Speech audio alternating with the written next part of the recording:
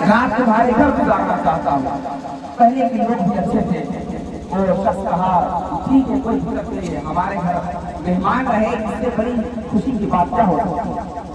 حضرت موسیٰ علیہ السلام چلے گئے اور حضرت موسیٰ علیہ السلام کا مقصد تو یہ تھا کہ یہ شخص کون سی نیکی کرتا ہے جو میرے ساتھ جنت میں ہوگا، میرے ساتھ جنت میں ہوگا۔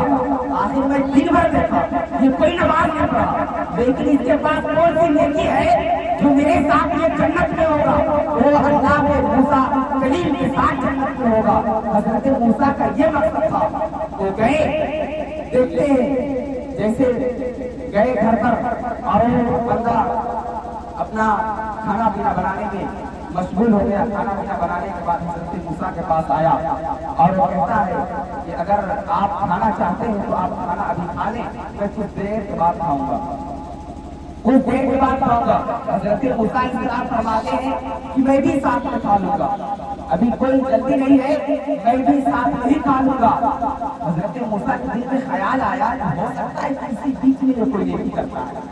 حضرت موسیٰ سارا منظر دیکھتے ہیں کہ اس کی والدہ، اس کی ماں ایک بوڑھی ماں، بتایا جاتا ہے کہ اتنی لاچار، اپنے بستر سے بھی اٹھ نہیں پاتی تھی، اپنے بستر سے بھی اٹھ کر بیٹھ نہیں پاتی تھی، اتنے کمزور ہو چکی تھی۔ اور حضرت موسیٰ دیکھ رہے ہیں وہ شخص نوجوان، وہ شخص اپنے منہ میں لقمہ کو ڈالتا اور چباتا، اس کے بعد پھر منہ سے نکالتا اور اپنی ماں کو کھلاتا، اپنی ماں کو کھلاتا،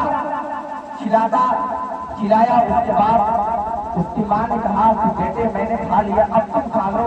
اسی کے درمیان اس کی ماں ہاتھ اٹھاتی ہے اور کچھ بولتی ہے۔ اس کا بیٹا مسکرا رہا تھا۔ حضرت موسیٰ علیہ السلام فرماتے ہیں کہ اے نوجوان لڑکے، تم مسکرا کیوں رہے ہیں، تمہاری ماں کیا کہہ رہی ہے؟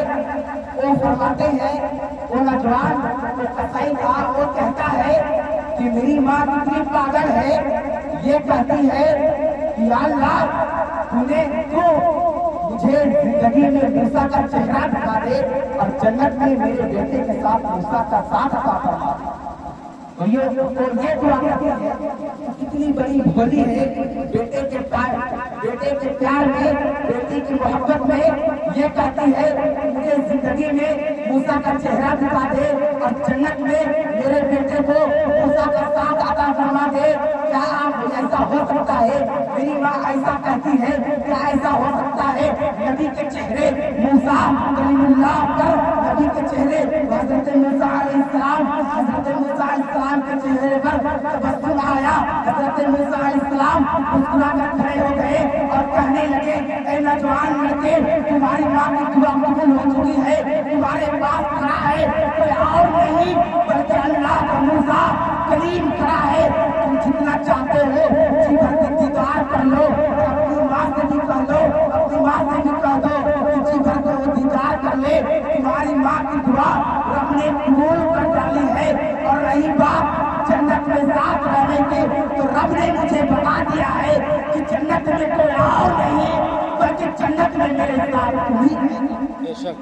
تو یہ ماں کی دعا کا وہ شخص کچھ نہیں کرتا تھا، لیکن صرف ماں کی خدمت کی وجہ سے وہ حضرت